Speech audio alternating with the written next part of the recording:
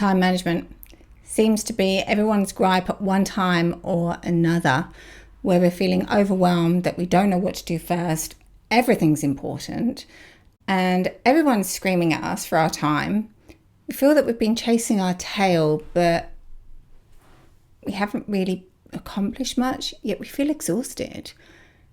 And we just feel that we're giving our time away to everyone because we're firefighting. I get it. I used to be there.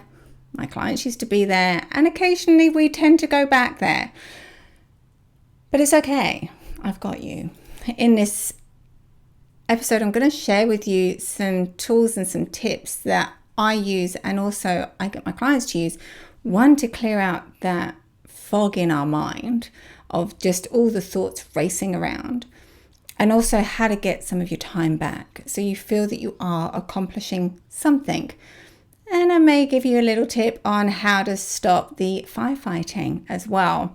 So the first tip is to get it out of your head. When you've got all your to-do list and all your ideas and everything running around in your head, your mind just keeps going back to the same thing, and it goes around and around and around in circles. So you feel that you're thinking all day, every day, and you are, but you're thinking about the same things. You're going over the same things because your mind's trying to look for solutions. It's trying to look to push it into the subconscious brain where it doesn't need to think about it. It moves into an automated process. So the first thing is to actually get it out of your head. Now, there's several ways of doing this.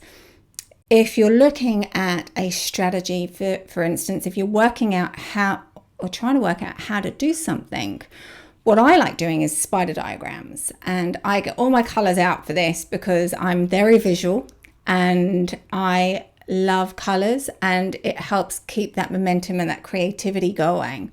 So I get all my colorings pencils out and I literally just do spider diagrams and look at timelines and see if there's any obstacles that I foresee. So I'm working through the process as I'm doing it, and I'm brain dumping all that information that I've got running around.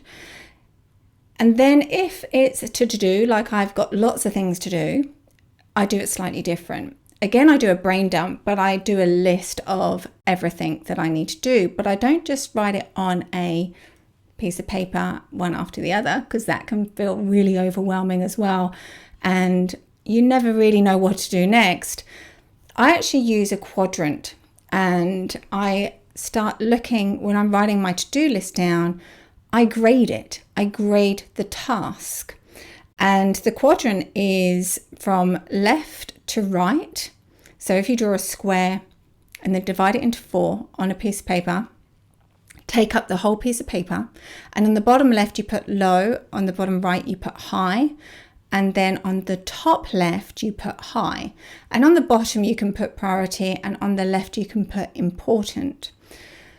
Now, every task that I have, I grade it. Is this a low or a high importance? And then I put it in, I sort of hover my pen over which square, and then I say, is it high or low priority? And whatever my answer is, that's the square it goes in. And I start offloading my to-do lists in my head in this way, because what I'm doing is I'm sorting it all out, sorting the busy work out to the important work, to the priority work. And anything that's in my low box, I look actually to delegate, because it means I don't actually need to focus on that right now, and it's not very important and it's not a priority. So I have time, and more than likely it's got time that I can train someone else to do that for me. So my lows I look to delegate, and then my importance, my sort of low urgent but high importance, I put as a priority. First of all, I attack the high highs, like everything that's in that top right quadrant, it's a high. So it's a high urgent and it's a high priority importance, and it's screaming at you, so it needs to get done. So what I do there is I actually start making my list, my top 3 things that I want to achieve today out of that high. And then I start looking at my high importance, because importance takes precedent over urgent. Urgent just means it's a squeaky wheel, but the important stuff, you will find that it's actually stuff that moves forward. So it is a bit of a balancing game between the urgent and the importance, because sometimes you do get urgent stuff that is urgent. It may not be important, but it is urgent because someone else is relying on you to do that. So sometimes it is a little bit of a balancing game. But the first thing is get it out in the quadrant. It's out of your head. You'll feel lighter. Start scheduling in the high highs, and then start looking at the delegating the low lows, and then start looking at scheduling in your high priorities and your high urgents. And again, you need to make that judgment call on when that needs to happen. And then the other thing that I do, and I get my clients to do, is to start booking out time. So I have certain days for certain things, and I will book out and schedule those days for those things. So one, I know that this day is for this thing, and I can get in that right mindset, and I put my head down and I concentrate on it. And then I can schedule. So when things come in, I can look, I know what days I do certain things, so I can book that out in those days. So it reduces the risk of things becoming urgent or important and urgent. The important stuff just gets rolled out because that's always at the top of my list. Now I'm going to give you 2 bonuses here. Now the first bonus is to start owning your time, and to also start not putting out fires.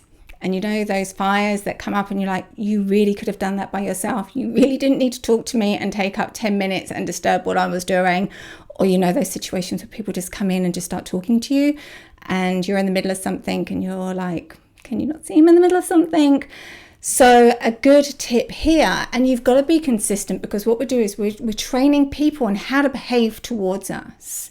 We're setting up boundaries. And I know for you pleasers out there that this is going to be a pretty hard one for you. But I want you to play. I am encouraging you to play.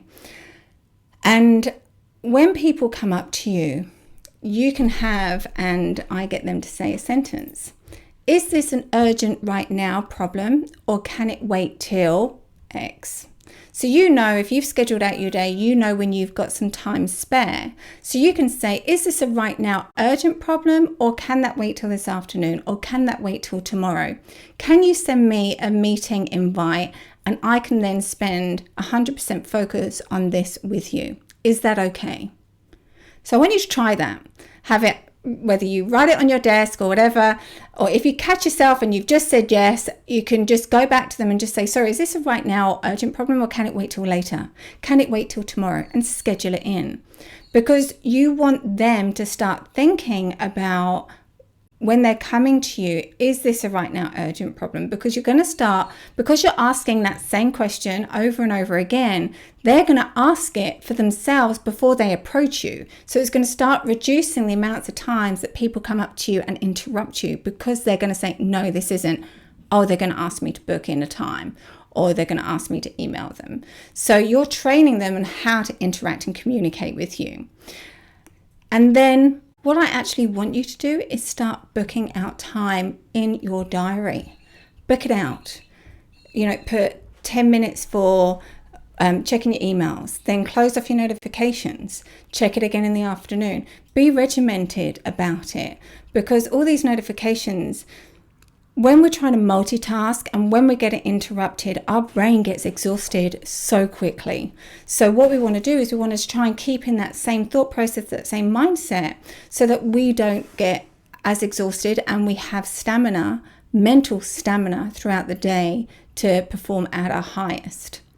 Now, I just want also you to think about something else with regards to time and performance, and how to get the best out of yourself and out of others as well, is when we go to the gym and we're doing a set of reps, we do maybe 3 sets of 10, or we do 5 sets of 10, or 3 sets of 15, but we do a set and then we break. Now, I want you to put this in perspective with our mind, because at the end of the day, our brain is a muscle, right? We are using it.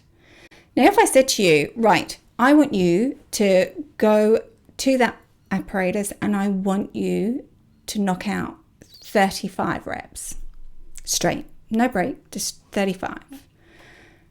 How do you think your performance is going to be at the end? And do you think that you will be able to even get to the end without feeling absolutely exhausted? Our brain's the same.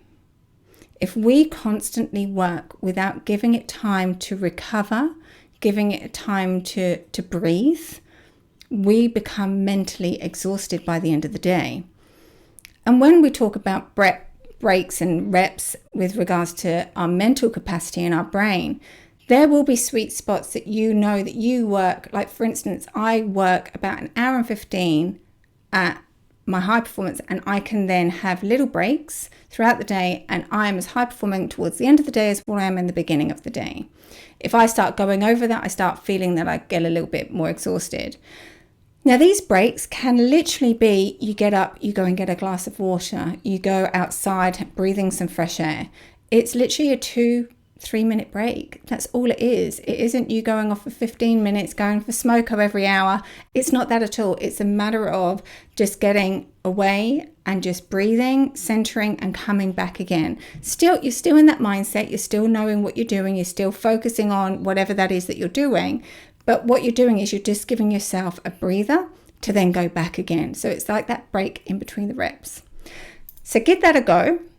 Let me know how you go, and I hope this has been helpful for you. If it has, please subscribe, and I look forward to talking to you in the next one. Take care.